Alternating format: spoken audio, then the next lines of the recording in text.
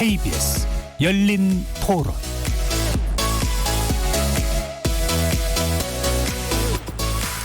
안녕하십니까. KBS 열린 토론 정준희입니다. 아웃소싱 제도 자체가 원청업체의 이익만 취하고 책임은 나몰라라 하는 그런 약간 좀 구조적인 문제가 법의 이슈가 아니라 그런 이제 구조적인 이슈가 아닐까 하는 생각되고요. 변화가 별로 없는 것 같아요. 제철소에서도 사고가 많이 났잖아요. 저는 안전수칙보다도 돈 문제 때문에 그러고 봐요. 지출을 줄이려고 하다 보니까 그렇게 할 수밖에 없는 거예요. 노동자들이 일할 때 최소한의 그 임금을 주고 일을 시킬 수 있는 그런 기업인지 선별해서 관리 감독도 잘 해야 되고, 뭐 입법이나 이런 것이 돼도 고용주들이 편법으로 안 지키고 하니까 비슷한 사고들이 계속 있으니까 노동자들의 기본적인 인권이나 이런 거를 어기는 사람들에 대한 처벌이 강화가 돼야 뭐 감시하는 눈도 많고. 회사에서 일정한 가이드라인이 제공되지 않은 경우도 있을 테고, 일선에서 근무하시는 분들이 안일하게 했을 경우도 있을 테고, 사실 규제를 어겼을 때에 대한 처벌도 같이 이어져야지 그게 완벽한 규제라고 생각을 하거든요. 항상 그 사건이 일어났을 때만 바꾸겠다 항상 이렇게 이야기를 하는데 결국에 시간이 지나면은 다시 원상태로 돌아가는 것 같아요. 뭐 안전 이쪽에 이야기를 해도 하청업체가 그렇게 큰 규모가 아닌데 자기들이 무슨 자본이 있어서 이런. 거리에서 만나본 시민들의 목소리 어떻게 들으셨습니까? 오늘 토론 주제는 구의역 사고 사주기, 위험의 외주화 문제 어디까지 왔나입니다. 지난 2016년 5월 28일 서울 지하철 2호선 구의역에 고장난 스크린도어를 혼자 정비하던 19세 김군이 전동차에 치여 사망하는 안타까운 사고가 있었죠. 사고 이후 구성된 진상규명위원회는 기본적인 안전수칙조차 무시된 열악한 작업 환경, 그리고 그걸 초래한 원청 하청 구조를 근본적 원인으로 지적했는데요. 위험의 외주화로 지칭되는 이 문제는 아직 해결되지 못한 채 2018년 태안화력 김용균 씨 사망사고, 그리고 최근에 이천 물류창고 화재 참사 등을 통해서도 지속적으로 반복되고 있습니다. 이런 비극, 안타깝지만 어쩔 수 없는 걸까요? 오늘 KBS 열린 토론에서는 세 분의 패널들과 함께 노동 현장에 구조화되어 있는 위험의 외주화 실태 진단해보고, 관련 대책으로 논의되고 있는 중대재해기업 처벌법은 무엇이며 왜 필요한지, 어떤 노력을 통해 이 구조적 악순환을 끊어낼지 조목조목 살펴보도록 하겠습니다. KBS 열린 토론은 여러분들이 주인공입니다. 문자로 참여하실 분은 샵 9730으로 의견 남겨주십시오. 단문은 50원, 장문은 100원의 정보 이용료가 붙습니다. KBS 모바일 콩, 트위터 계정 KBS 오픈, 그리고 유튜브를 통해서도 무료로 참여하실 수 있습니다. 시민 논객 여러분의 뜨거운 참여 기다리겠습니다. KBS 열린 토론 지금부터 출발합니다. 살아있습니다. 토론이 살아있습니다. 살아있는 토론, KBS 열린 토론. 토론은 라디오가 진짜입니다. 진짜 토론, KBS 열린 토론.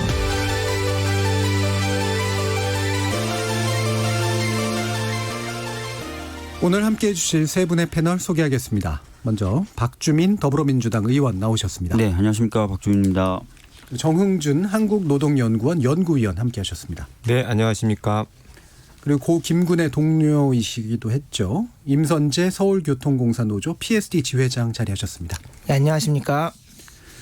자, 지금 이제 4주기를 맞았고요. 오늘 추모도 좀 있었다고 하던데요. 현장 분위기 좀 들어보고 싶습니다. 임선재 지회장께 한번 질문해야겠네요. 예, 그 코로나19가 워낙 이제 위험하다 보니까 예전처럼 수백 명이 함께하는 뭐 그런 추모제를 올해는 하지는 않았는데요. 그래도 지난주에 이제 추모 행사가 작게나마 있었고, 그때도 4년째 잊지 않고 함께 해주고 계시는 뭐 시민분들이라든지 뭐 김근행에 같이 했던 동료들, 그리고 노동조합 등 해서 한 100여 분의 시민들이 추모제를 함께 하기도 했고요.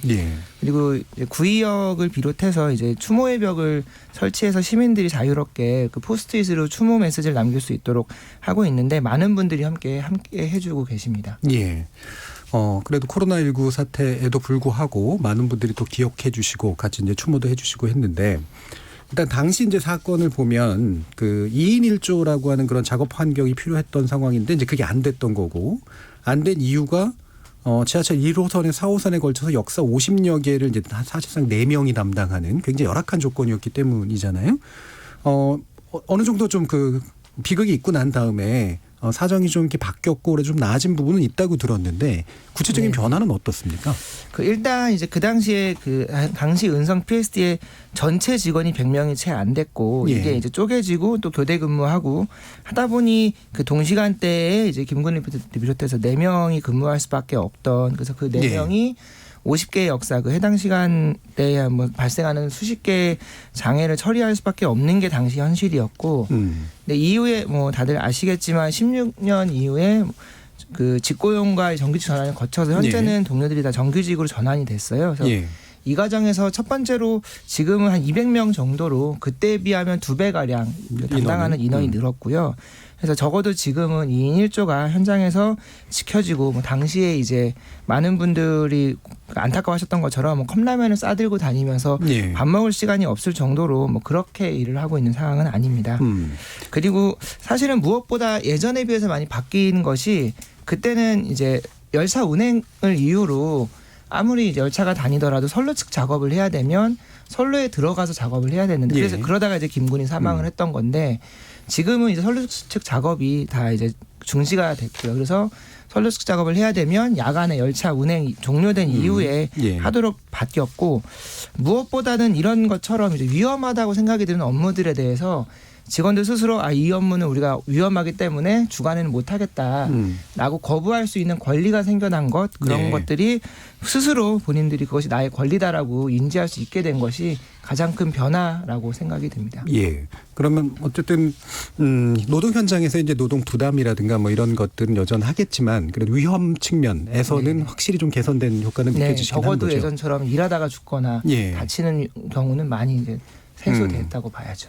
그러면 이 서울 지하철에서 기타의 영역들에서도 이제 지금 일어난 변화 같은 것들이 좀 전반적으로 잘 퍼져 있다 이렇게 평가할 수 있나요? 사실은 저희는 그나마 정규직 전환이 됐지만 여전히 뭐 서해선이라든지 뭐 김포 골드라인 아니면 지하철 9호선 운영처럼 서울교통사가 자회사로 운영하고 있는 그 지방 라인들이 있어요. 이런 데들의 경우에는 여전히 이제 말 그대로 자회사는 또 다른 외주하청이기 때문에 뭐 이제 그런 이제 뭐 계약 구조 이런 것들 때문에 어쩔 수 없이 2인 1조가 지켜지지 않는 여전히 인력난에 시달리고 그런 위험에 여전히 노출된 채 근무를 하는 경우들이 여전히 많이 있는 걸로 알고 있습니다. 이게 일단 자회사가 될 수밖에 없는 이유랄까? 그 부분은 어떤 건가요? 뭐 사실 뭐 저는 이제 그 예를 들면 그 9호선 같은 경우에 올해 이제 가을경 그 위탁 이제 만료가 되는데요. 뭐 이 과정에서 서울교통공사가 전환해서 아예 100% 이제 환수하면 제일 좋겠지만 뭐 아무래도 비용의 문제, 예산의 문제 뭐 이런 것들이 가장 크지 않을까 생각이 들고요. 그래서 아무래도 정규직 전환하는 것보다 혹은 직접 운영하는 것보다 비용이 적게 드는 것이 이런 자회사 혹은 외주 하게 되는 뭐 근본적인 배경이 아닐까 생각이 좀 듭니다. 비용 문제. 그 부분은 뭐 뒤에서 이제 좀 더 자세히 좀 짚어야 될 것 같은데 일단은 이제 그 김군 사건 그리고 이제 그 태안화력의 문제 이것으로 계속해서 이제 여론화는 계속 진행이 돼 왔던 것 같고 저희 열린 토론에서도 이제 여러 차례 걸쳐서 이 문제를 이제 주기적으로 내세우긴 했었습니다. 정웅준 박사님 이제 관련해서 이런 사고라든가 사건에 관련된 그런 여러 가지 이제 통계치들 또는 이제 현장 파악들이 좀 되셨을 텐데 그 이후로 좀 나아지고 있다라고 좀 파악이 되나요? 어떻습니까?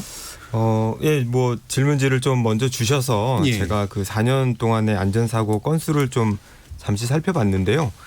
수치를 좀 말씀을 드리면 우리가 이제 산재로 인해서 사망하는 건수가 2016년도에 1,777건이었는데요. 이게 2017년도에는 1,957건으로 늘고 또 2018년도에는 2,142건, 작년에는 2,020건. 그러니까 사실은 산재로 인한 사망자 수는 지난 4년 동안에 줄지 않고 오히려 이제 늘었다 이렇게 보실 수가 있습니다. 그런데 산재 사망에는 두 가지가 있거든요. 질병으로 인한 사망이 있고 사고로 인한 사망이 있는데 특히 이 사고 사망이 이제 많은 관심인데요. 사고 사망이 855명이 작년에 돌아가셨단 말입니다. 그런데 그중에서 특이한 것은 건설하고 제조업에서 85%가 사망 사고가 발생을 해요. 또 하나의 특징은 50인 미만 사업장에서 77% 660명이 50인 미만의 좀 작은 사업장에서 또 돌아가십니다. 그 사고의 유형을 보면은요. 떨어져서 돌아가시는 경우가 가장 많아요. 41%가 전체 사고 사망자의 41%가 이 추락사라고 하는 떨어져서 사망에 이르게 되는데요. 이걸 보게 되면은 사실은 우리가 여러 가지 노력들을 하고 매년 이런 안전에 대한 중요성들을 얘기하지만 실태는 크게 개선됐다고 보기는 어렵지 않나 그렇게 생각이 됩니다. 일단 산재 사고는 지속적으로 외래 증가하고 있고 네. 그 중에서 또 상당 부분을 차지하고 있는 게 이제 건설 쪽이고 네. 또 게다가 이제 소규모 사업장에 위험이 집중된다라는 명확한 지금 패턴이 보이는 것 같거든요. 그렇습니다. 예. 그러면 이와 같은 문제들, 그러니까 특히 이제 소규모 사업장 같은 경우에 이게 대부분이 하청업체로 구성되어 있는 게 맞는 거죠, 그러면? 네, 그렇습니다. 이제 많은 분들이 왜 노동자들이 사망에 이르게 되면 주로 이제 하청 회사의 노동자들이 돌아가실까? 네. 그런 궁금증이 있는데요. 이거는 이제 우리가 일상적으로 위험이 외주화됐다 이런 얘기를 많이 하는데 사실은 꼭 그것만은 아닙니다. 그러니까 정규직들도 위험한 일을 하긴 해요. 그런데 아까 지 회장님도 말씀하셨지만 잘 이제 다치지 않고 사망에 이르지 않거든요. 왜냐하면은 하청업체에서 사고가 많은 이유는 첫 번째는 안전보다는 공정이 우선이기 때문에 그래요. 주어진 시간 안에 어떻게든지 주어진 임무를 다 완수를 해야 되는 곳이고 거기에 대한 자율성이 거의 없습니다. 원청에서 언제까지 뭐를 해라라는 지시가 내려오고 그게 굉장히 타이트해요. 그러다 보니까 안전을 다 챙기면서까지 공정을 하기가 어렵고요. 두 번째는 관리 능력이 부족입니다. 이 50인 미만 사업장의 대부분은 사실은 하청업체들이 많은데요. 이쪽은 주로 노무 도급 계약을 많이 합니다. 그러니까 어떤 특정한 프로젝트를 따서 그 임무를 수행하는 업체가 아니라 사실상 인력 관리만 해주는 그리고 업무 지시나 이런 것들은 원청에서 상당히 많이 하고 있는 그런 방식의 노무 도급이기 때문에 사실은 관리 능력이 많지 않다고 봐야죠. 그러니까 안전에 대해서 자꾸 경시하게 되고 반복적인 사고가 계속 반복해서 일어납니다. 얼마 전에 현대중공업에서도 사고가 있었지만 어디 갇혀서 유해가스 마셔서 돌아가시고 떨어져서 돌아가시고 이런 일들은 매년 반복되는 거거든요. 근데 매년 반복되는 게 매년 발생을 한다는 거죠. 이게 그 말씀 주신 내용 가운데 이제 노무 도급이라고 하는 거 이건 우리가 흔히 그냥 일반적으로 쓰는 시체말로 이제 노가다 하시는 분들을 이렇게 모아가지고 건설 현장에 투입하고 이런 식의 일들로 이해하면 되는 건가요? 그렇게 이해하실 수도 있고요. 인력을 잠시 빌려와서 파견. 네, 그래서 그 인력만 쓰는 그리고 업체의 전문성이나 이런 것들은 상당히 떨어지고요. 그래서 그런 경우는 주로 한 사람당 계약 단가를 노무 단가를 얼마씩 해서 계약을 하기 때문에 사람 수당 계약이 이루어져서 그걸 이제 노무 도급이라고 많이 하거든요. 그러니까 지금 이제 하청업체들이 이제 원청이 지시한 공정, 그러니까 일정을 맞춰야 되기 때문에 이제 빡빡해지고. 근데 관리 능력이 없는 소규모 업체들이 그냥 인력만 파견해가지고 진행할 수밖에 없기 때문에 생기는 이중의 문제. 이제 이걸 지적해 주신 거네요. 그렇다고 해서 원청이 적극적으로 나서기도 어렵거든요. 그러면 또 파견법 위반이 되기 때문에 또 적극적으로 나서지도 않고. 그러니까 적극적으로 나서기 어렵다는 건 이 파견된 노동자들을 적극적으로 관리하면 그게 사실은 고용해야 되는 파견이 되는 거죠. 그런 환경이 되고. 그러니까 원청으로서도 이제 사실은 또 나름대로 할 말이 있는 상태겠네요. 이번에 이천 물류 화재도 제가 알기로는 공정 때문에 같이 하면 위험한 업무들이 있거든요. 그런데 그거를 섞어서 같이 한 거예요. 그러다 보니까 이제 사고가 났었다고 제가 들었거든요. 그러니까 용접하고 또 용접을 그렇겠네요. 할 경우에 불꽃이 튀면은 이제 화재가 발생할 수 있기 때문에 또 유기성 가스가 발생하는 공정을 같이 하면 안 됩니다. 따로 해야 되는데 그 날짜를 맞추기 위해서 같이 하다가 사고가 났을 가능성이 매우 크다 이렇게 보고 있더라고요. 이 공정이라고 부르는 우리가 흔히 이제 공사가 마감돼야 되는 그런 시점 이게 뒤로 갈수록 이제 빡빡해 보이는 것들이 이제 눈에 띄잖아요. 지나가면서도 이제 건설 현장 같은 거 보면 그런데 아까 이제 추락사 문제 같은 거 이건 작년에 경향신문에서 그 추락사 하시는 분들 돌아가신 그 노동자들에 대해서 이제 온라인으로도 이제 그 수치를 보여주면서 굉장히 좀 우리가 경각심을 좀 불러일으켰던 그런 기억도 좀 나는데 어쨌든 이게 사회적으로 여론화가 됐기 때문에 법적인 어떤 조치들을 취해야 되고 실제로 법적인 조치들 이를테면 산업안전보건법에 대한 개정 법안이 이제 통과는 됐었잖아요. 20대 국회에서 이제 이 작업을 하긴 했는데 뭐가 미진한 건가요? 사실 이제 산업법 개정안, 그러니까 저희들이 뭐 편하게 부를 때 또는 많은 분들이 부르실 때 김용균법이라고도 부르기도 하는데요. 그렇죠. 원래 이게 이제 김용균 씨 돌아가시기 전에부터 발의돼 있었던 네. 법입니다. 근데 통과가 굉장히 안 되고 있었죠. 그러다가 이제 김용균 씨가 돌아가시면서 사회적으로 여론이 들끓고 그래서 어떻게 보면 국회 차원에서 좀 죄송하다는 말씀 오늘 계속 드리려고 사실 제가 나왔는데 예. 제대로 논의가 안 되다가 이제 김용균 씨가 돌아가시고 나서 논의가 이제 급격히 되고 그다음에 통과가 됐어요. 그러니까 산업안전보건법을 비롯해서 이제 산업 현장에서 안전을 좀 담보할 수 있는 그런 법안 같은 경우 제가 20대 국회 지내면서 보니까 국회에서 잘 논의가 안 됩니다. 예. 그러니까 뭐 여러 가지 이유가 있겠지만 대표적으로 그런 법이 이제 통과가 될 경우에 기업들에게 부담을 준다. 뭐 경제를 위축시킬 수 있다. 이런 이제 논리로 논의가 잘 안 되거나 심지어는 아예 논의를 안 하는 그런 경향들이 있더라고요. 예. 그러니까 좀 20대 국회 때는 좀 그런 일들이 좀 많았던 것 같고 그래서 좀 달라져야 되겠다. 뭐 이런 생각을 좀 하고 있습니다. 예. 예.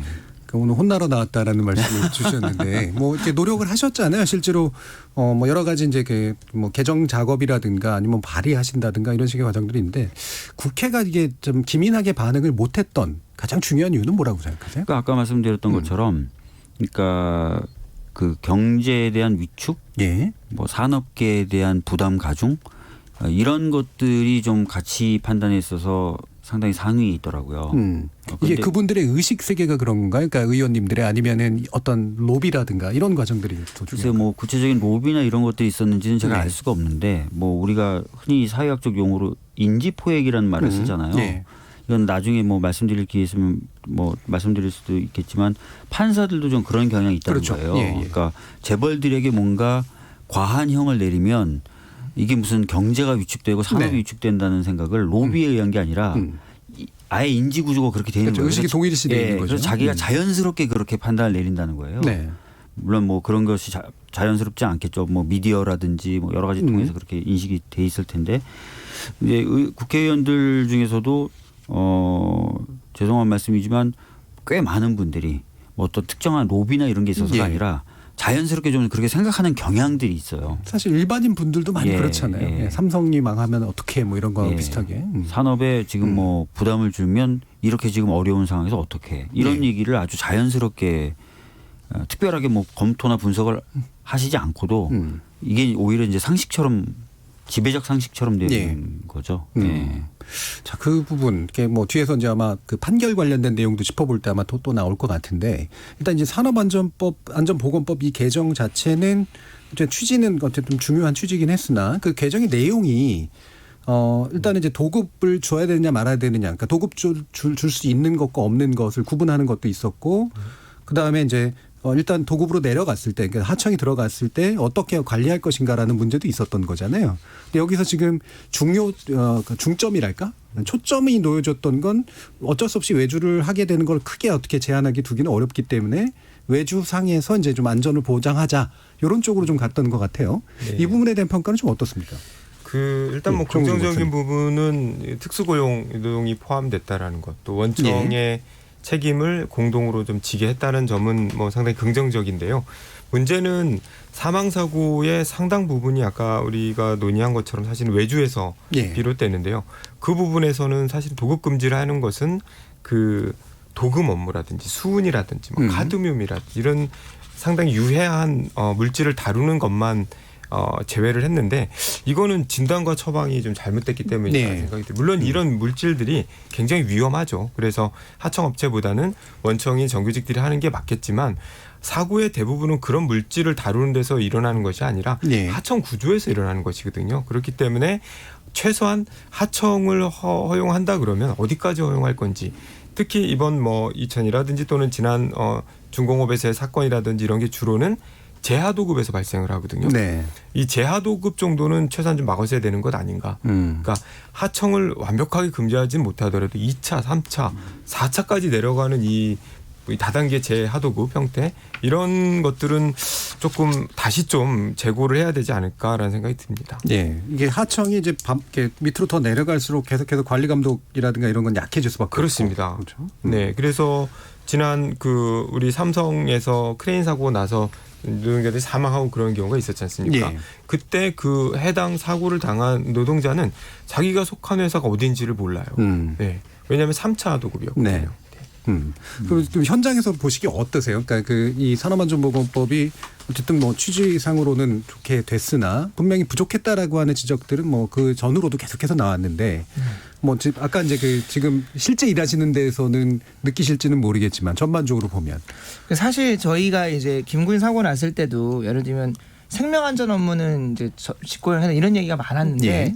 한편으로는 이제 그런 얘기들을 하기도 해요. 어떤 것이 생명안전 업무고 어떤 것이 아니냐. 그러니까 사실상 상시 지속 업무라면 뭐 구분 없이 다 전환되어야 되는 건 아니냐. 직고용되어야 되는 건 아니냐라는 현장에서 얘기를 많이 하고요. 왜냐하면 예를 들면 그 학교 비정규직으로 일하시던 분 중에 식당에서 조리 종사를 하시던 분인데 그 대형 솥을 이제 사용하고 이제 하다 보니 화상을 크게 입으신 거죠. 이제 그런 걸로 산재를 당하시고 결국에 그것이 발전해서 돌아가시는 분이 있었어요. 그럼 이런 분의 경우에 생명안전 업무는 아니지만 일하다가 그걸로 이제 산재를 입고 돌아가시는 경우가 발생한다는 거죠. 그리고 아까 뭐 이제 공사기한 이런 얘기도 하고 하셨는데 꼭 생명안전 업무뿐만이 아니라 모든 원하청 구조에서는 그런 마감에 쫓길 수밖에 없는 것이고 그것이 아무리 사무직 노동자를 하더라도 예를 들면 최근에 또 방송계나 뭐 IT 업종에서 돌아가시는 분들이 많은데 결국에 이제 그런 분들도 그런 말 그대로 마감 기한을 맞추기 위해서 무리하게 과로하다가 돌아가시는 분들 또 비롯해서 이런 것들을 보게 되면 꼭 생명안전 업무 혹은 특수업종만 전환돼야 될 것이 아니라 전반적인 상시지적 업무가 사실은 다 되어야 된다라고 봤을 때 뭐 그런 부분까지 다 포괄하고 있지 못하기 때문에 법이 바뀌어야 되는 아직 과제들이 많이 남아 있다고 보고 있습니다. 이게 뭐 그러니까 결국에는 이제 어떤 작업의 성격을 가지고 있느냐 문제도 중요하지만 기본적으로 이제 상시성이 있는 일들을 하는 것은 관리 감독 책임을 원래 이제 가지고 있는 데가 그분들을 고용해서 이제 하도록 하는 것이 이제 제일 중요하다라는 말씀이시잖아요.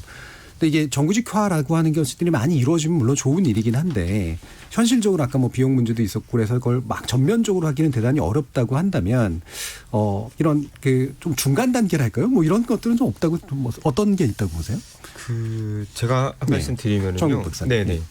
이 지금 공공기관의 상당 부분의 업무는 국민의 생명하고 관련이 돼 있어요. 그러니까 여기 지금 김용균 씨라든지 아니면 이 지하철에서 근무를 하시는 분들이라든지 비록 하청으로 일을 한다고 할지라도 업무 자체는 국민의 생명하고 상당히 관련이 깊은데 문제는 국민의 생명과 안전 업무가 명확하게 규정이 돼 있지 않아요.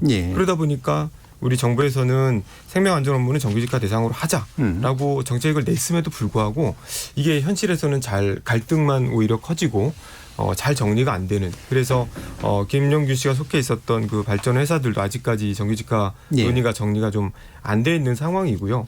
또 하나는 이 정책 충돌에 대한 판단이 좀 필요하다는 생각이 정책 충돌. 왜냐하면은 한쪽에서는 정규직화가 필요하다. 공공부문의 상시지속 업무, 생명안전 업무는 정규직화를 하자라고 하지만 또 한편으로는 이 김영균 씨가 속해 있었던 발전 회사들은 이 발전 경상 정비의 민간 개방 이 정책이 상당히 유효하다고 가지고 있습니다. 그래서 그쪽에 민영화. 딱히 민영화는 민간 개방. 민간 개방을 통해서 경쟁력을 확보하는 것들. 물론 이 정책도 중요하고 정규직화 정책도 중요한데 이 두 개가 문제는 충돌하고 있다는 거거든요. 근데 이 충돌하는 지점에서 아직 이제 해결점이 잘 보이지 않는 이런 것들이 있는 거죠. 그래서 이런 것들에 대한 컨트롤이 좀 필요한 상황입니다. 일단 이제 정의가 이제 제대로 안 되고 있는 것도 있고 생명안전에 관련된 것들이. 근데 그 정책 충돌이라고 뭐 말씀 주신 부분에서 보면 이제 공공기관이 그러니까 모든 걸 이렇게 독점한다거나 뭐 이렇게 비효율적으로 운영하지 말고 민간에 적절히 개방해서 효율성도 높이고 그다음에 약간의 경쟁력 이런 것도 높이자라고 하는 방향 자체가 완전히 잘못된 건 물론 아닐 것 같은데 이게 이제 어떤 가치에 대한 판단들이 좀 필요할 거 아니에요. 이런 충돌 같은 거 좀 느끼시나요, 박주민 의원님? 실제 그렇죠. 그러니까 뭐 기업들, 뭐 공기업도 마찬가지입니다. 아까도 말씀드렸던 것처럼 어떤 경제 활동 기업들의 이런 것들을 위해서는 좀 부담이 좀 적어야 된다, 유연해야 된다. 이런 것들을 강조하는 부분이 있는 반면에 안전성, 뭐 노동 현장에서의 인권, 뭐 이런 것들을 또 강조하는 쪽이 있지 않습니까? 그래서 이 양쪽이 사실 균형을 잡아야 되고 또 균형을 잡는다는 것에서도 또 굉장히 미묘한 차이들이 존재하더라고요. 균형을 잡되 뭐 경제성을 좀 조성해야 된다. 균형을 잡되 또 안전과 이 인권을 존중해야 된다. 이런 수많은 스펙트럼이 그렇죠. 똑같은 말 안에도 녹아 있어요. 그래서 이런 부분을 어떤 식으로 정리해서 명확하게 좀 기준을 잡아나가느냐. 이게 어떻게 보면 입법 과정에서든 아니면 정책을 세우는 과정에서든 계속해서 충돌하는 부분이더라고요. 예. 네. 이렇게 이제 뭐 생명안전 보장해야 된다, 공공기관 잘해야 된다, 특히 모범 보여라 하면서도 사실 이명박 정부 시절에 공공기관장 평가 방식이라든가 이런 것들 보면 점수 되게 낮게 맞잖아요. 대부분 효율성이 떨어진다 또 이래가지고. 그러니까 실제로 이제 이거 말고도 우리 공공의료 논의할 때도 비슷하더라고요. 그러니까 공공의료 논의 필요하다 이렇게 하면서도 실제로 평가 방식을 보면 적자를 많이 만든 데들은 계속해서 기관장이 낮게 평가를 받을 수밖에 없는 구조. 이런 게 이제 사실은 충돌이 일어나는 영역들인 대표적인 논리가 아닐까 싶긴 한데 지금 또 게다가 또 문제가 뭐냐면 코로나 사태가 왔다는 거잖아요. 이 코로나 문제 때문에 우리가 당장도 지금 쿠팡 문제, 마켓컬리 문제를 겪고 있긴 합니다만 그리고 얼마 전에 콜센터에서의 것들도 있었고요. 현장에서 이렇게 정규직이 뭐 덜 위험한 일을 하고 있다라고 얘기한다기보다는 비정규직이 훨씬 더 많은 위험에 노출되고 특히나 이런 안전 위험 이상의 위험들을 또 많이 겪게 되는 그런 현상들.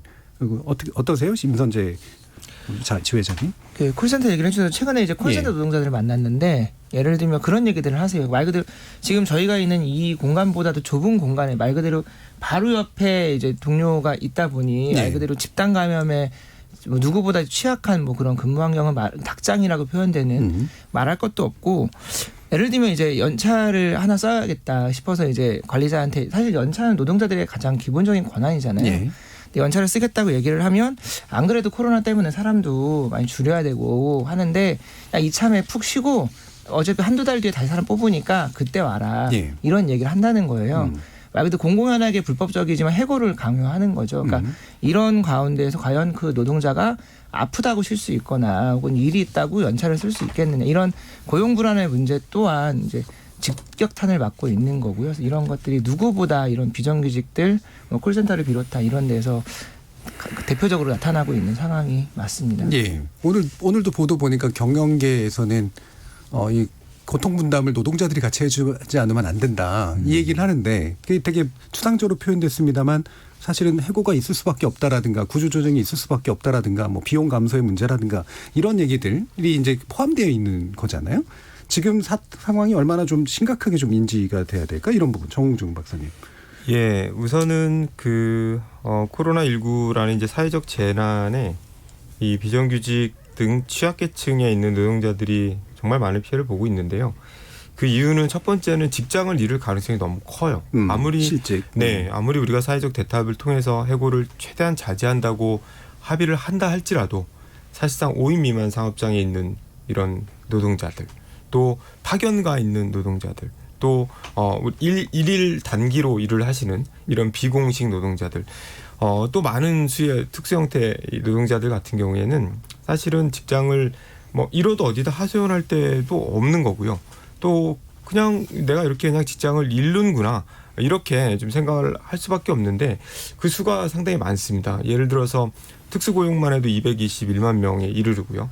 또 5인 미만 사업장에 있는 분들도 약 한 378만 명. 그리고 뭐 여러 가지 파견 용역이라든지 이런 걸 모두 합하면 결국에는 한 800만 명 정도의 이 노동자들이 굉장히 취약한 상태에 있고 그래서 이제 이분들은 직장을 잃을 가능성도 큰데다가 문제는 직장을 잃으면 소득이 단절된다라는 거죠. 물론 정부에서 국가 재난 기금도 하고 있고 뭐 50만 원씩 3개월 이렇게 주고는 있지만 사실은 그분들은 우리 많이 얘기되고 있는 것처럼 고용보험에 가입이 안 되는 경우가 상당히 많습니다. 제도적이던 가입할 수 있더라도 뭐 특별한 사실 뭐가 인센티브가 없기 때문에 가입을 안 하시는 분들도 계시고 그 숫자도 500만 명에 이르르고 있거든요. 이러다 보니까 사실은 좀 더 좀 실효성 있는 대책들, 좀 더 과감한 대책들 이분들을 위한 이런 창의적인 발상이 좀 필요하지 않나 생각이 됩니다. 그러니까 실직 위험에 노출된 거, 그다음에 그것뿐만이 아니라 고용보험이나 이런 데서 사각지대에 놓여져 있기 때문에 재난 지원에 관련된 정부 지원도 사실은 제대로 좀 받을 수 없는 그런 이중의 고 이런 것들이 아마 이런 비정규직 노동자들에게 특히 이제 많이 노출이 돼 있는 것 같은데 뭐 현장 분위기가 어떤지 모르겠습니다만 지금 이제 고용도 워낙 안 좋으니까 위험하더라도 비정규직이라도 좀 고용을 해달라라고 하는 그런 목소리나 아마 흐름들도 꽤 많이 있을 것 같아요. 이런 사태 상황들 국회 20대 국회 이제 막 마감되고 있습니다만 어떻게 보고 계시나요? 뭐 사실 이제 이번에 이제 코로나19가 확산되면서 저희들이 걱정했던 것 중에 하나가 경기 침체, 네. 그다음에 경기 침체로 인한 대량 해고거든요. 사실은 이제 경기가 침체됐다고 해서 해고를 폭넓게 하게 되면 네. 오히려 경기 침체가 더 빨라지고 네. 더 확대되는 경향이 있습니다. 그래서 웬만하면은 해고를 안 하면서 이 어려움을 좀 극복하는 것이 더 효과적인 방법이에요. 네. 그래서 개별 기업 입장에서는 합리적으로 판단한다고 해고를 하지만 이게 집합적으로 모이면은 사회적으로는 재앙이 될 수 있거든요. 그럼요. 그래서 네. 정부가 이런 것들을 조정해야 되고 이런 그 개별적인 행동의 합리성이 합쳐져서 불합리로 변화되는 걸 막는 역할을 해야 됩니다. 다만 이제 안타깝다 또는 뭐 부족하다라고 볼 수 있는 거는 이런 어떤 그 변화된 상황에 적응하기 위한 뭐 국회 노력일 수도 있겠지만 또 사회적 합의도 또 많이 부족을 해요. 네. 그래서 이런 부분에 있어서는 좀 정치권이 그동안 사회적 합의를 이루어오는데 좀 등한히 했다라는 아쉬움이 많이 들고요. 이번 기회라도 좀 사회적인 합의, 대타협이라고 부르든 아니면 뭐라고 부르든 좀 합의를 통해서 해고를 최대한 줄여가면서 네. 이 위기를 좀 돌파할 수 있는 그런 그 틀을 좀 만들었으면 좋겠다는 생각을 가지고 있습니다.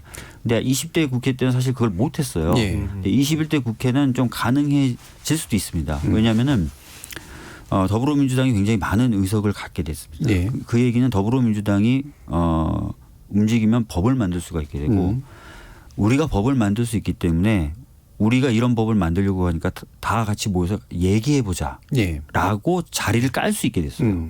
그렇기 때문에 20대 국회와는 달리 좀 그런 사회적 대화를 국회 차원에서 좀 벌여나가면서 합의들을 이뤄나가는 거 그런 시도를 좀 적극적으로 해볼 필요가 있다고 생각합니다. 그러니까 대화에 응하지 않는다고 해서 그 법이 안 만들어지는 게 아니기 때문에 20대 때는 저희가 대화를 요청해도 아유 니네들이 뭘 하든 법을 만들 수가 없으니까 그 모임에 또는 그 자리에 나오든 안 나오든 별 차이가 없었어요. 그런데 지금은 만약에 저희가 이런 법을 좀 만들어 보려고 합니다. 대화에 다들 참여해 주십시오 하면은 만들 것 같은 느낌이 더 들기 때문에 훨씬 더 그 대화 창구를 개설하고 자리를 만드는 힘이 더 세졌다는 거죠. 그래서 저는 그래서 이번에 21대 국회 때 그런 좀 시도들이 좀 더 있어야 되지 않나 그런 생각을 가지고 있습니다. 또 실제로 이제 그 닥치는 여러 가지 그 사회적 위기나 재난에 관련된 것들을 정부 여당이 이제 고스란히 이제 책임을 져야 되는 또 상황이기도 한 거 아니에요? 그러니까 대응을 해야 되는 거고. 근데 책임지는 방식이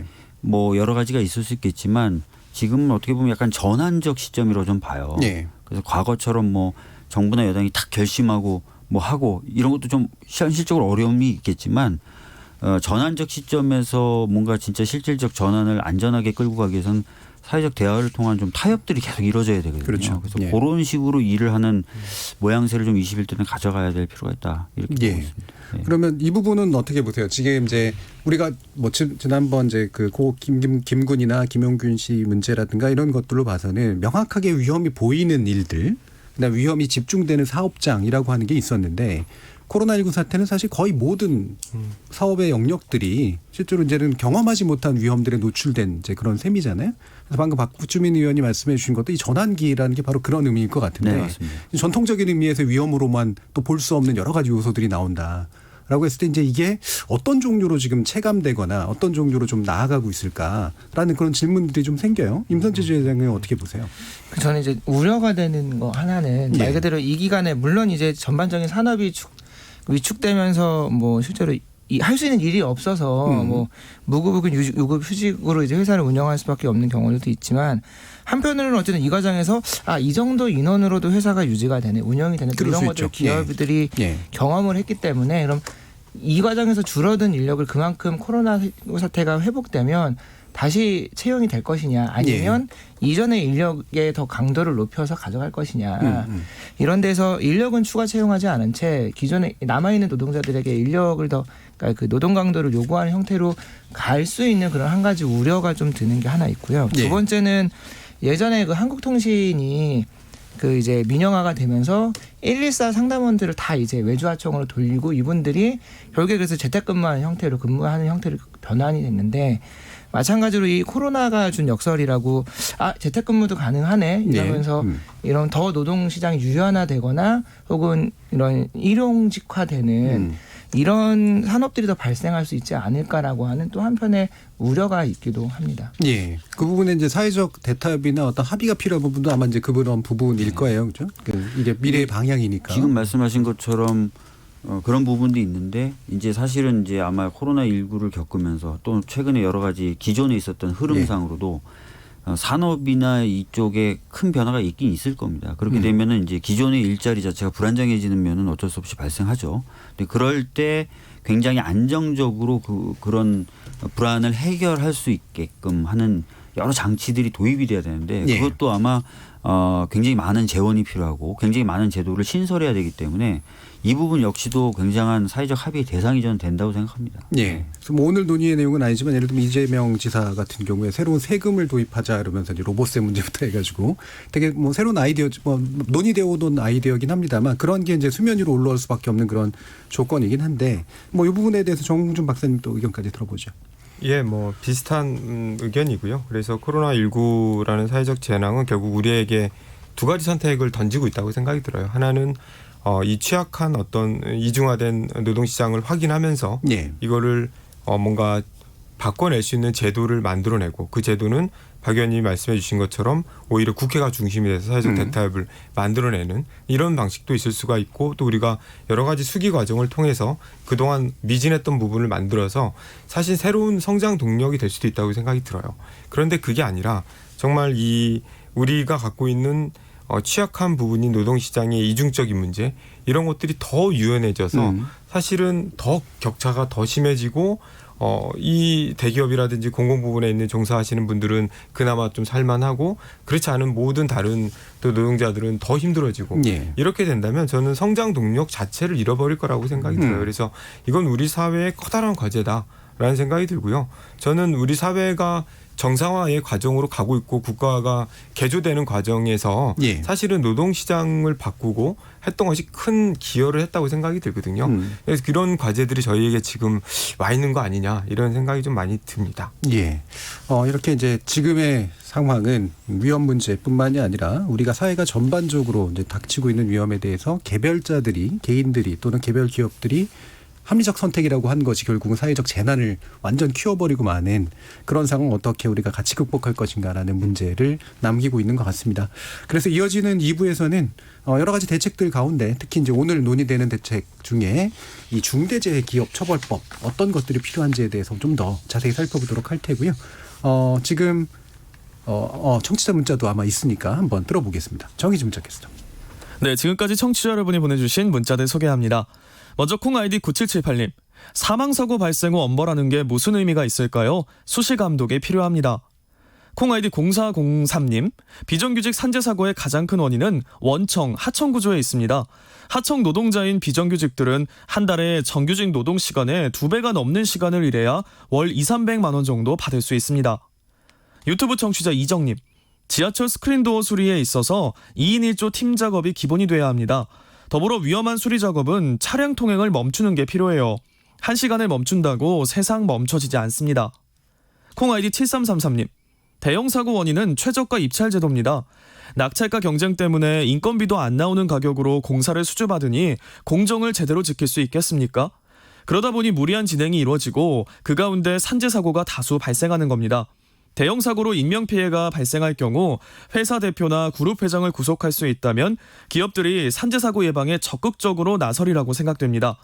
원청 회사를 처벌하는 법률 개정 시급합니다. 콩 아이디 6192님. 산재 사고를 줄이려면 생산은 하도급을 주더라도 안전만큼은 원청 업체가 끝까지 책임을 지는 안전 책임 제도가 만들어져야 합니다. 콩 아이디 8672님. 노동자를 사람으로 보는 것이 아니라 쓰다가 망가지면 언제나 버릴 수 있는 도구로 취급하기 때문입니다. 사람 위에 사람 없고 사람 아래 사람 없다는 평범한 진리가 통하는 세상이기를 희망합니다. 라고 보내주셨네요. 네, KBS 열린 토론. 이 시간은 영상으로도 생중계하고 있습니다. 유튜브에 들어가셔서 KBS 1라디오 또는 KBS 열린 토론을 검색하시면 지금 바로 토론하는 모습 보실 수 있습니다. 방송을 듣고 계신 여러분이 시민논객입니다. 계속해서 청취자 여러분들의 날카로운 시선과 의견 보내주세요. 지금까지 문자캐스터 정의진이었습니다. 토론이 세상을 바꿀 수는 없습니다. 하지만 토론 없이 바꿀 수 있는 세상은 어디에도 없습니다.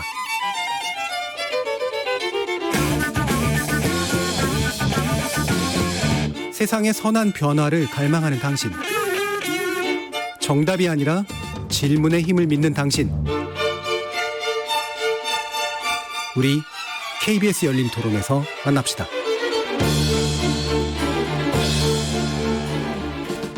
KBS 열린 토론, 오늘은 구의역 4주기 위험의 외주화 어디까지 왔나 라는 주제로 임선재 서울교통공사노조 PSD 지회장, 정흥준 한국노동연구원 연구위원, 그리고 박주민 더불어민주당 의원, 이렇게 세 분과 함께하고 있습니다. 지금 박주민 의원께서 이제 뭐 혼나려고 나왔다라고 하셨지만 네. 많은 노력을 해주셨는데, 일단은 이 지금 논의되고 있는 중대재해기업 처벌법이라고 하는 게 원래 이제 고 노회찬 의원이 이제 네, 뭐 처음 주창을 또 하시기도 했던 거잖아요. 네. 그리고 같이 이제 참여도 하셨고요. 네. 일단 이게 왜 필요한지 또 무슨 내용인지 좀 소개 좀 해주시죠. 그러니까 중대재해기업 처벌법은 그 말 그대로 산업 현장이나 이런 데서 어떤 사망 사고라든지 이런 것들이 발생을 하면은 예. 뭐 원하청 구분 없이 책임을 물리고 또 법인에게도 좀 책임을 물리고 해서 위험의 외주화라든지 이런 것들을 좀 억제한다라는 내용을 담고 있고요. 더 나아가서 공무원들의 인허가나 이런 것들이 허술하게 이루어짐으로써 이런 상황이 발생할 수도 있지 않습니까? 예. 그럴 경우에 공무원들에게도 좀 책임을 물리는 내용을 담고 있어요. 그래서 예.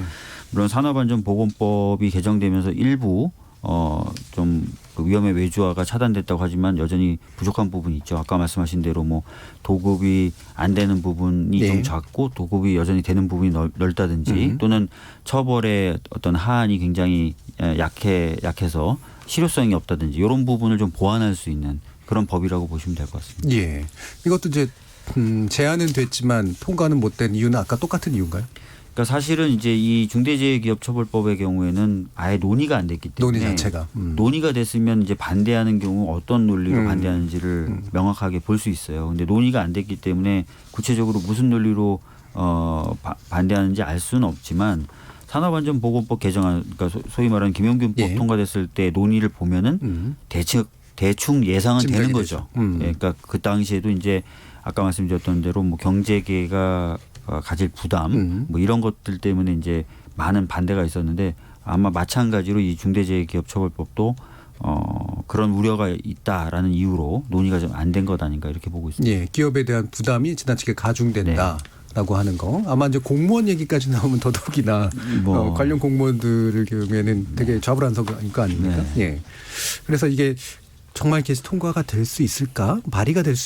재발의가 될 수 있을까? 뭐 이런 식의 생각까지도 드는데 정의당은 아마 상당히 적극적으로 나설 것 같고요. 네, 이미 뭐 정의당 보니까 그 강은미 당선인께서 이제 자기의 1호 법안으로 중대재해기업처벌법을 발의하겠다고 밝히셨던 것 같은데요. 예.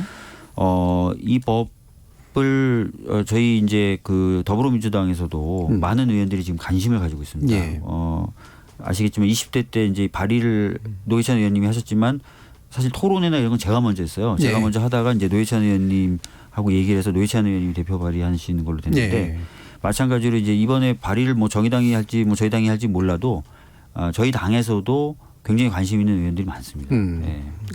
뭐 짧은 시간에 깨알 같은 자랑도 해주셨는데 느껴질 정도로 자랑이 튀었나요? 예, 깨알 같았습니다. 아직 정신이 덜 된 것 같습니다. 그래서 이렇게 노회찬 의원께 이제 아무래도 또 이제 더 비중 있는 이제 의원이시기도 했고 그래서 발의는 됐으나 이제 전혀 논의조차 못했던 이 부분. 이게 우리나라에 있는 의원들이나 뭐 또는 기업들이나 공무원들이나 이렇게 화들짝 놀랄 정도의 그런 되게 특이한 법이라고 생각해야 되나요? 어떻습니까, 정영준 박사님? 뭐 이제 많은 분들이 이제 영국의 그 뭐 기업 살인 처벌법에 대해서 그 법을 우리가 많이 차용해서 쓴다 이런 얘기들을 하는데요. 뭐 그 사실은 뭐 비슷한 게 있죠. 왜냐하면은 영국 같은 경우에 이제 코퍼레이트 호머사이드 액트라 그래서 이게 법인에게 어떤 살인에 대한 책임을 좀 묻는다 이런 것인데요. 이게 그렇다고 해서 뭐 고의로 뭐 살인하고 그런 것이 아니라 우리가 그 과실이라는 게 있잖아요. 과실로 인한 다른 사람을 사망케 하는 그런 일들이 있는데 그것에 대해서 법인에게도 책임을 묻겠다라는 것이고요. 이 영국 법의 특징은 처벌에 사실 상한이 없다라는 거거든요. 그래서 벌금에 있어서도 상한이 없어서 상당히 높은 벌금을 좀 물릴 수도 있고 당연히 이제 원청하고 하청은 공동의 책임이 있는 거고요. 아까 말씀드렸던 사망 시 과실을 묻겠다라는 거는 결국에는 이 안전에 대한 공지를 얼마나 했는지 또 교육도 평상시에 많이 하고 있는 건지 또 운영 실태를 굉장히 중요하게 보고 있습니다. 그래서 운영을 안전한 방향으로 하고 있는지 아닌지를 따져서 결과가 있어야겠죠. 결과는 노동자의 사망 또는 고객의 사망에 이르는 이러한 결과들이 있을 때 조사를 통해서 그런 사망의 원인이 법인에게 있다 그러면 법인에 대해서 강한 책임을 묻겠다라는 것이고요. 그 법인은 누군가를 고용하고 있으면 되는 겁니다. 그래서 기업일 수도 있고요. 또 공공기관이 될 수도 있는 거고요. 그런 법인들에게 책임을 묻는 그런 법이 되겠습니다. 이게 호미사이드라고 되어 있으니까 이제 살인이라고 이제 번역될 수도 있지만 좀 정확한 이런 좀 과실치사 정도의 아마 의미가 되는 거겠네요. 네, 그렇습니다. 그리고 그 과실을 이제 계상하는 게 되게 중요할 텐데 이게 어느 정도까지 의도적으로 방기된 것이냐 아니냐 그렇습니다. 이런 부분이 따져지는 걸 테고 그러면 이제 또 그 벌금에 상한이 없다는 얘기는 그게 상당히 무책임했다면 뭐 기업을 망할 정도의 어떤 벌금까지도 나올 수 있겠다. 뭐 이렇게 봐도 되나요? 그렇습니다. 그렇지만은 사실 연구에서는 그만큼의 벌금이 나온 바는 없고요. 사례는 없고. 왜냐하면 그렇게 큰 기업이 엄청난 사회적 재난이 있을 만큼의 잘못을 저지른 적이 없습니다. 대부분 중견 기업들, 중소기업들이어서요. 뭐 벌금의 액수를 보면 뭐 매덕 정도 이런 정도가 꾸준히 나오고 있는 걸로 알고 있습니다. 그러면 이제 그 기업의 매출 규모와 그다음에 그렇죠. 실제 이제 책임의 수준 같은 걸 따져서 그렇죠. 그렇습니다. 하는 그런 방식이네요. 이게 어느 정도 효과적이었다라고 지금 평가되나요? 뭐 자체적으로는 당연히 이제 긍정적인 부분이 많이 있고 또 사망자 수도 줄었고 그러다 보니까 경각심도 갖게 되고 뭐 긍정적으로 평가를 하고 있는 것 같고요. 다만 우리하고는 좀 비교가 어렵습니다. 왜냐하면 우리는 아까 보신 대로 약 2,000명 넘는 재해 사망자가 있는데요. 영국 같은 경우는 뭐 100몇 명 수준이기 때문에 사실은 뭐 우리하고는 좀 비교가 직접적인 비교는 좀 어렵다 효과성을. 그러나 우리가 이런 법을 만약 도입한다 그러면 상당한 기업들이 경각심을 좀 갖고 안전에 대해서 조금 더 책임 있게 임하지 않을까 생각이 됩니다.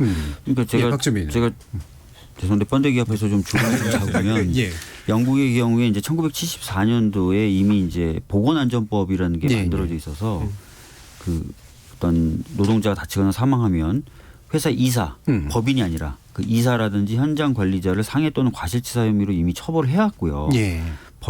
벌금 같은 경우도 이제 좀 많이 물리는 그런 제도가 이미 있었다는 거예요. 있었는데 그 후에 이제 여러 가지 과실치사 혐의를 입증하기가 어렵다 보니까 추가적으로 이제 도입된 게 방금 말씀하셨던 기업살인법이라고 하는 살해법이라고 하는 법이 도입이 되면서 법인에게도 이제 책임을 좀 물리는 식이 되면서 벌금이 이제 제한 없이 좀 부과되고 이런 맞습니다. 부분이 생긴 거죠. 그래서 보니까 근데 영국 같은 경우에 이 법이 많이 적용되진 않고 한 전체 사례 중에 한 5% 정도만 이 법이 적용된다 그러고요. 그 2011년에 한 사례를 봤더니 어떤 회사의 경우에 연매출의 250%에 해당하는 벌금이 부과된 사례가 있다 그러네요. 이게 1974년에 이미 이제 그 산업 안전에 관련된 법령이 있어서 그게 이제 지금 그러면 산업 재해를 많이 줄여놓은 상태일 거 아니에요. 그런데 2007년에 됐으면 사실 이게 아직은 노조가 좀 셀 때 만들어졌던 기존 법이 있었고 그다음에 그 신자유주의를 통과해서 어쨌든 살아남았고 그 법이 그다음에 2007년이면 이제 노동당이 아직은 좀 있을 때인데 그때 이제 이 뭔가 더 심각한 문제로 좀 인지가 돼서 이제 법인에게 좀 더 책임을 묻는 정도까지 아마 간 상태인 것 같은데 우리는 2,000명이 넘는 그런 재해 사망자가 있는 상태라면 이와 유사한 법이 좀이라도 도입이 되면 확고한 효과가 좀 있을 것 같다라고 짐작은 가능하겠네요. 그러면 그렇습니다. 이게 실제로 그 양대 노총에서도 그리고 시민단체에서도 이제 이런 제정을 요구하고 있잖아요, 주회장님. 어떤 상태인가요? 일단 뭐 아까 박주민 의원님께서도 참여를 해주셨는데 그 구역 사주기를 맞이한 즈음해서 그 이제 21대 국회 개원을 앞두고 중대기업 처벌법을 제정하기 위한 제정연대가 각 그 21대 국회의원들께 다 이제 그 이 법안 발의에 동참해달라라고 하는 이제 요청서를 전체 의원들에게 보냈고요. 그래서 이거를 이제 모아서 이제 말 그대로 그 국회의원들의 의사를 확인하겠다. 이걸 통해서 어느 의원이 이 법안의 제정에 찬성하고 반대하는지 나아가서 강하게 요구하겠다 이런 취지를 일단 그 시작을 열었고요. 이외에도 이제 지난주와 이번 주에 계속 이제 민주노총 혹은 이제 이런 산재 사고로 돌아가신 분들의 유족들이 만든 단체가 있어요. 이런 단체들이 계속 토론회를 열고 있는 중이고요. 그래서 지금은 이제 사회 여론화시키고 있는 과정이 좀 있습니다.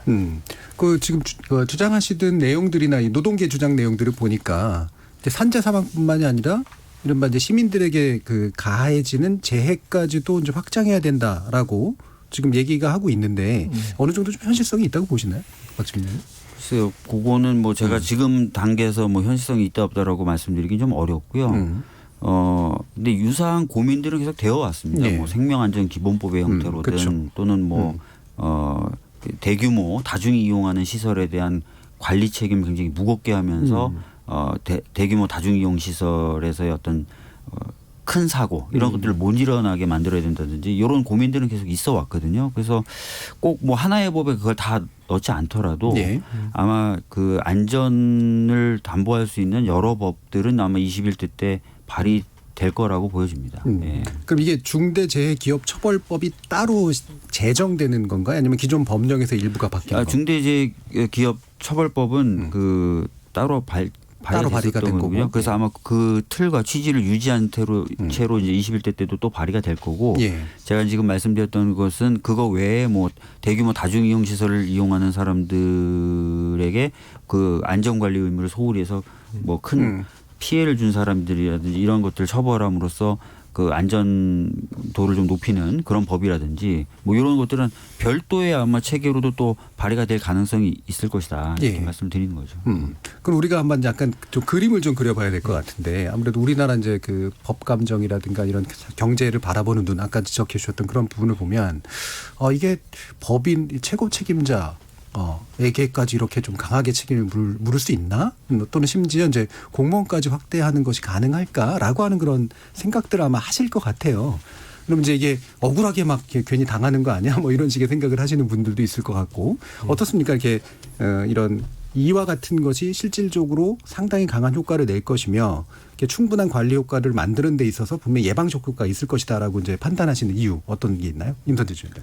일단 뭐 저희 같은 경우에 그러니까 김군이 구역에서 16년도에 사망하기 이전에 13년도 성수역과 15년 강남역 똑같은 100% 똑같은 일이 사실 두 번 더 있었고 그래서 두 분이 앞서 돌아가신 사례가 있어요. 근데 이제 13년 같은 경우에는 단순 변사로 내사 종결 처리됐고 15년도에는 원청업체인 서울메트로는 관리감독 책임이 없다라고 해서 이제 무죄를 받고 하청업체에만 일부 벌금이 나왔는데요.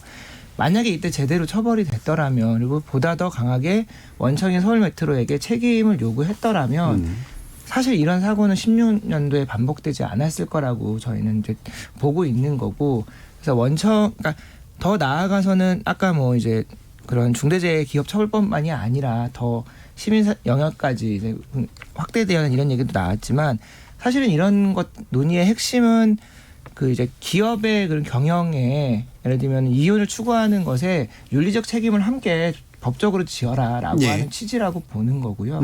그런 데에서 그 관리자 몇 명 처벌하는 것이 중요한 것이 아니라 기업이 그 이윤을 추구함에 있어서 그런 생명 안전을 뭔가 담보로 하는 그리고 그런 윤리적인 책임을 지는 것을 강제하겠다라고 하는 취지라서 저는 뭐 당연히 필요하다고 보는 것이고 이것이 일정 정도 예방적인 효과가 벌어질 수 있지 않을까라고 생각을 하고 있는 겁니다. 그럼 이렇게 좀 이해를 해도 괜찮을지 모르겠어요. 그러니까 우리가 이제 계속해서 비용을 절감하는 쪽으로 계속 진행해 왔는데 이런 생명 안전을 담보하는 일이 기업이 당연히 해야 될 일이고 최고 책임자가 이런 것들은 관리하고 조치를 취해야 될 일이면 그게 기본 값을 설정하는 거잖아요. 그러니까 거의 비슷한 이제 다 비슷한 종류의 일들이 기본적으로 값이 그렇게 이제 책정이 되면 이게 우리가 사회가 반드시 해야 될 어떤 기본 비용이다라고 생각하는 그런 어떤 토대 이런 게 좀 만들어진다 이렇게 이해해도 괜찮을까요?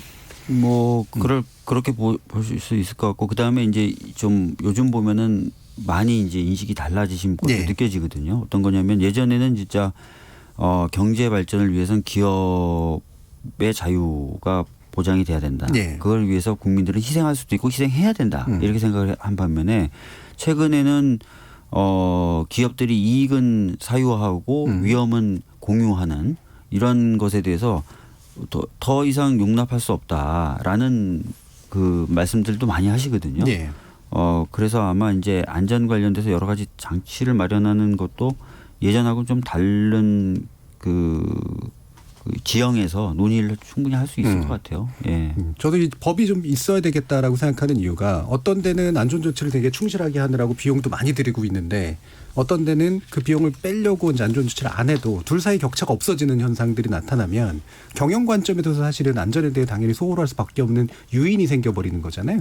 그럼 이런 게 이제 실제 경영자들의 마인드나 이런 걸 바꾸는데 상당히 도움이 될 거다라고 정 박사님 판단하시나요? 그렇죠. 예. 박주민 의원님 말씀을 해주셨는데요. 이게 생명보다는 이제 산업화의 논리 이런 것들이 앞서고 또 영업이 앞서고 이런 건데 비슷한 사례로요. 임금체불도 비슷하거든요. 예. 그거는 일을 시키고 급여를 안 주는 거기 때문에 사실은 도둑질한 거거든요. 남의 이 소중한 노동을. 근데 도둑질한 것하고 임금체불은 다르게 보거든요. 임금체불은 사업하다 보면 뭐 어려우니까 그럴 수도 있는 거 아니야. 경제사범 이런 얘기들 한 사실은 같은 거라고 저는 생각이 들어요. 근데 마찬가지로 이 재해도 나는 기업에서 계속 나요. 반복적으로요. 그건 상당히 좀 정말 좀 어떻게 표현이 좀 그렇긴 하지만 나쁜 거거든요. 악질적인 거고. 예. 이런 건 좀 바꿔야 되니까 그럴 때는 좀 강하게 뭔가를 처벌을 해야 되는데 그런 게 별로 없는 거죠. 임금체불도 비슷하거든요. 예. 체불하는 기업이 계속 체불합니다. 사실은. 뭔가 반복적인 것에 대해서는 우리가 조금 강한 액션이 좀 필요하지 않나 이런 게 좀 있고요. 또 하나는 사실은 처벌 수위라든지 기업 뭐 이런 CEO라든지 최고 경영진을 처벌하는 이런 것도 중요하긴 한데 저는 그거보다는 더 효과적이려면 기업의 활동을 줄여야 된다고 생각이 들어요. 그러니까 예를 들어서 우리가 물류회사에서 이제 사고가 나게 되면은 지금은 물류회사 전체가 다 이 중단되고 사고 원인을 규명할 때까지 가동을 안 되게 하는 이런 것들이 작년에 1차적으로 있었거든요. 예. 기업들이 굉장히 그걸 보고 많이 경각심을 가졌습니다. 그러니까 누가 특정인이 희생을 줘서 뭐 감옥 가고 이런 것도 경각심을 줄 수 있지만 저는 오히려 이런 사망 사고가 있으면은 정말로 그 재해 원인이 완전히 사라질 때까지는 영업을 중단하게 해서 그게 정말 큰 피해라고 저는 생각할 것 같아요. 기업들이. 근데 동시에 아까 진행자님도 말씀하셨지만 그렇게 되면은 잘 지키는 기업들에게 기회가 가는 거거든요. 그렇죠. 인센티브가 생기는 거고요. 그렇죠. 그래서 그런 사람들이 더 사업의 영역을 넓힐 수 있고 그러면 저는 선한 것들이 나쁜 것들을 이렇게 더 보완해 나간다고 생각이 들어요. 그런 방식이 좋겠다라는 생각을 좀 하게 됐습니다. 네. 그럼 이런 중대기업 처벌법이 이렇게 우리가 좀 기대하는 대로 어느 정도 국회를 해서 만들어지고 이렇게 된다면 이 결국은 이제 사법적 판단의 영역까지도 우리가 좀 생각을 해야 되는 거 아니에요? 아까도 이제 판사 부분 얘기해 주셨는데 과연 이 법에 맞춰서 법원이 그 취지대로 판단을 해줄까? 이들의 의식이 바뀌지 않으면 그게 가능할까? 이런 의심도 할 것 같아요. 그러니까 뭐 최근에도 보면 성범죄가 사회적인 이슈가 되면은 가장 먼저 나오는 것 중에 하나가 법을 바꿔서 처벌 수준을 높이는 거예요. 근데 그렇게 높여도 법원에서의 판단에 의해서 결국 법정형이 아니라 결국 선고형이라는 형태로 정해지게 되는 것이거든요. 그래서 이 사이에 괴리가 굉장히 많기도 하고 실제로 그래서 법 개정의 효과가 없어지는 경우들도 있습니다. 처벌 수준을 강화하는 경우에요. 그래서 이런 부분에 대해서도 뭔가 그 고민이 되어야 된다라고 생각하는 사람들이 많고요. 또 이런 법도 아마 21대 때 지금 발의가 되려고 지금 열심히 연구하는 당선인들이 있어요. 어떤 식이냐면 이제 그 판결의 유무죄를 이제 먼저 판사 선고하고요. 그다음에 양형. 그러면 유죄라면 벌을 얼마나 줄 것인가에 대해서는 한 일주일 정도 텀을 두고 전문가들에게 자문을 받는 거예요. 그다음에 그 일반 시민들이나 그래서 그 자문의 내용에 맞춰서 꼭 거기에 기속되지는 않는다 하더라도 그다음에 이제 양형을 좀 하는 그런 방식으로. 그러면은 이제 어떻게 보면은 그 판사들이 또 신도 아니고 또 반면에 약간 좀 너무 독립하니까 좀 동떨어져 사는 분들도 계셔서 이 본인들이 인지포획 됐다는 것도 모른 채로 일반적인 어떤 흐름과 다른 양형을 하시는 경우들도 많은데 그런 경우들이 좀 시정이 되면서 시민들과 국민들 눈높이에 맞는 양형이 이루어질 가능성이 높아진다는 것이죠. 그래서 그런 식의 제도도 도입해 볼 필요가 있다. 이런 생각이 있죠. 그렇겠네요. 우리나라 이제 사법제도 자체가 이제 판사에게 많은 권한이 사실은 주어져 있어서 재판도 관리하고 유무죄 판단도 하고 실제로 양형 선고까지 그냥 다 쥐고 있는 그런 셈인데 만약에 그게 문제라면 이제 판사가 완전히 그 양형을 완전히 책임지는 게 아니라 시민들의 얘기라든가 전문가들의 의견을 참고해서 어느 정도 구속력을 발휘하면서 이제 판사가 나중에 할 수 있도록 한다. 그러니까 뭐 모든 범죄에 대해서 그렇게 하자 그러면 굉장히 일이 많아질 그렇겠죠. 수 있으니까 시범적으로 지금 문제가 되고 있는 뭐 화이트 칼라 범죄라든지 또 지금 얘기하고 있는 산업재해 관련된 범죄라든지 아니면 성범죄 같은 경우는 우선 시범적으로 운영해 볼 수도 있다고 생각하거든요. 지금 그 실제로 이런 관련된 재해 처벌이라든가 이런 게 체계적으로 판사들이 또는 법원에서 좀 기업에 좀 더 유리한 방향 또는 기업에 좀 경한 처벌들을 내린다라고 분명히 판단할 수 있나요? 저는 뭐 이렇게 법 전공자가 아니어서요. 그런 거는 모르겠지만 최소한 우리가 안전에 대한 것들 또 노동에 대한 어떤 사회적 가치와 그 가치가 법정이라든지 아니면 제도에서 국회에서 정확하게 반영되고 있다라는 느낌은 들지 않습니다. 그래서 박주민 의원님 말씀해 주신 대로 그런 전문가들의 의견을 좀 들어서 중간에 일정 정도 범위를 좀 정하는 그런 것들도 상당히 의미가 있어 보이고요. 또 하나는 저는 그 판사분들도 이런 노동 현장이라든지 이런 데를 좀 자주 가셔서 좀 어떻게 작동하고 있는지 그런 걸 좀 보시는 것도 굉장히 좋을 것 같다는 생각이 들어요. 그래서 저는 이제 그럴 기회가 있어서 콜센터라든지 이런 물류센터를 가서 보면은 저는 이런 코로나19가 왜 그런 데서 그렇게 많이 발생을 하고 왜 노동자들이 하염없이 거기에 당해야 되는지 그런 것들을 그냥 알게 돼요. 아까 말씀하신 대로 이 정도 공간에 한 30명 정도 있다고 보셔야 돼요. 엄청난 거거든요. 그러니까 뭐 물류센터 이런 데는 굉장히 또 힘든 데이기 때문에 뭐 마스크 쓰고 할 일을 엄두가 안 나는 데거든요. 그러니까 그런 것들이 있는 것처럼 우리 사회에 이런 여러 가지 실제 상황을 판사님들이나 좀 보신다면 조금 국민 눈높이에 맞는 판결을 좀 해주실지 않을까 생각이 듭니다. 제가 이제 관련된 통계를 몇 개 보니까 산업안전보건법 위반 사범 재범률이 97%. 이건 뭐 예방 효과가 없다는 얘기잖아요. 처벌의 효과도 없고. 징역형 비율은 뭐 1%도 안 되고 0.56%고 대부분이 이제 집행유예라든가 벌금형인데 굉장히 중요했던 재난 사건에서 벌금이 2천만 원뿐이 안 받았던 이런 식의 일들을 보면 확실히 아까 박주민 의원께서 지적하신 것처럼 판사분들이 인지포획된 측면들이 상당히 보이는 것 같아요. 그래서 방금 말씀하신 그런 다른 장치, 보완 장치 이런 것들이 좀 많이 필요한 것 같습니다. 그 현장에서 보시기에 지금 임선재 지회장님 이런 중대재해기업처벌법 같은 것들이 도입되고 좀 어떻게 이제 문제들을 해결해 나가는 방향들이 있어야 실질적인 체감 효과들이 좀 보일 거다라고 판단을 하시나요? 사실은 저는 이제 그런 생각이 드는데요. 그러니까 뭐 오늘 중대재해기업처벌법 얘기하는 자리이긴 하지만 어떤 의미 중대재해기업 아까 이제 시민분께서도 사실 기업처벌법은 사고 이후에 사실 어찌 보면 징벌적인 측면의 제도 물론 이걸 통해서 예방의 효과를 거두기도 하지만 어떤 의미에서는 그 소일구 외양간을 고치게 하는 법인 거고 그런 데서 저는 이제 노동자들의 안전을 보장하는 수동적인 의미의 수단이라고 보고요. 보다 적극적인 의미의 그러니까 노동자들 스스로 본인들의 안전을 지킬 수 있게 하는 가장 좋은 방법은 그들을 아까 얘기한 저희가 일부에서 얘기했던 이 원하청 구조를 해소하고 그들에게 더 많은 권리와 더 많은 그런 예를 들면 소위 말하는 정규직 전환과도 같은 이런 것들을 부여하는 것이라고 보고요. 그렇게 이 두 가지가 다 잘 갖춰진다면 사실 현장에서 안전은 상당 부분 많이 좀 사라질 수 있지 않을까 생각을 그럼 되게 이제 복합적인 문제겠네요. 어쨌든 처벌도 확실해야 되고 그래서 안전 조치를 취하도록 강제도 해야 되지만 원하청 구조 자체가 일단 좀 많이 상당 부분 해소돼야 되고 그다음에 이제 어떤 노동자 권리 교육이랄까 이런 것들이 좀 상당히 진행이 돼서 그 부분에 뭔가 요구할 수 있어야 되고 이런 게 이제 복합적으로 좀 이루어져야 되는 건 맞는 것 같긴 하거든요. 관련해서 이제 뭐 이제 마무리할 시간이 좀 다 됐습니다만 뭐 중대기업처벌법뿐만이 아니라 이런 방금 제안해 주신 것처럼 어떤 요소들에 우리 사회가 좀 주목을 해줘야 될까. 지속적인 주목이 사실 제일 중요할 거 아니겠습니까? 그래야지 입법부에서도 굉장히 긴장하고 그다음에 정부에서도 이제 뭔가 행정 노력을 취할 테니까요. 그 부분에 대해서 뭐 자유롭게 좀 제언 같은 걸 부탁드리겠습니다. 먼저 박주민 의원님. 사실 뭐 우리나라 산업 재해 뭐 굉장히 심각하죠. 그다음에 그것으로 인한 사회적 비용도 굉장히 큽니다. 이거 더 이상 두고 보면 안 되고요. 이 부분은 반드시 이제 고쳐 나가야 되는 상황이 됐습니다. 그래서 전반적으로 이제 그 사회적인 어떤 전환의 한 내용으로 이걸 생각해야 된다라는 말씀 좀 드리고 싶고요.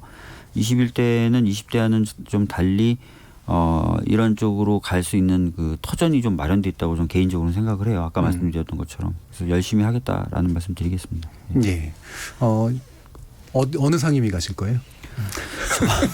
아니 이거 자꾸 말씀드리면 안 되면은 약간 그 저는 법사위 일단 신청은 했는데요. 예. 경쟁이 치열해서 뭐 될지 안 될지 모르겠습니다. 예, 알겠습니다. 일단 뭐 잘 됐으면 좋겠습니다. 예. 자, 그럼 임선재 주회장님 의견 들어볼까요? 저는 이제 방금 들었던 말씀의 연장인데요. 노동자의 안전이라고 하는 것이 기업에서 혹은 기업주가 시혜적으로 제공하는 것이 아니라 당연히 지켜져야 되는 것이고 또한 당사자들이 스스로가 또 없다면 찾아가는 것이 맞다고 봅니다. 그런 의미에서 방금 말씀드린 중대재해의 기업처벌법과 또한 정규직 전환 이 두 가지 날개를 다 달아줘야 된다라고 생각을 하고요.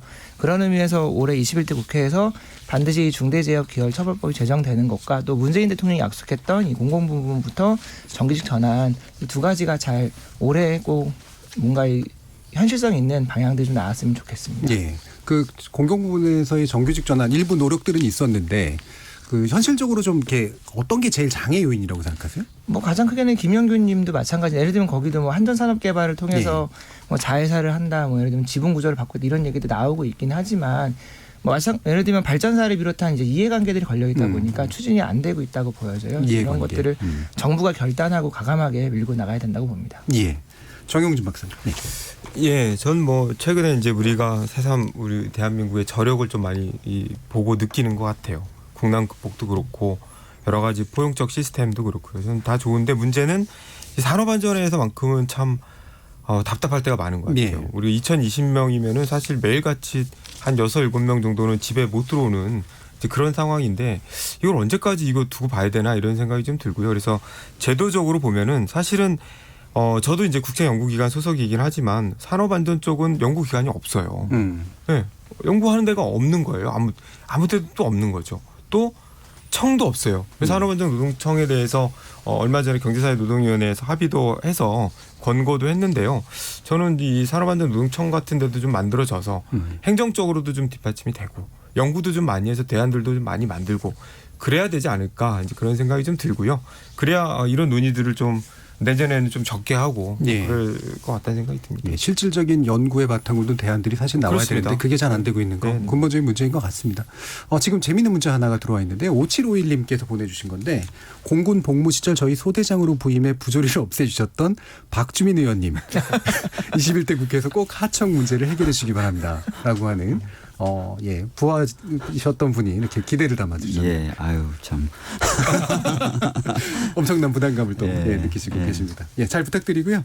9.16 사고 4주기를 맞아서 오늘 위험에 외주화 실태 관련 대책 논의해봤는데 KBS 열린 토론의 내용은 오늘 이것으로 모두 마무리하겠습니다.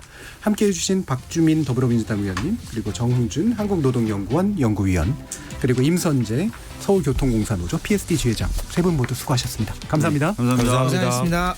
참여해주신 시민논객 여러분들께도 감사하다는 말씀 전합니다. 생방송 놓치신 분들을 위해 팟캐스트 준비되어 있고요. 매일 새벽 1시에 재방송도 됩니다. 저는 내일 저녁 7시 20분에 다시 찾아뵙겠습니다. 지금까지 KBS 열린 토론 정준이었습니다.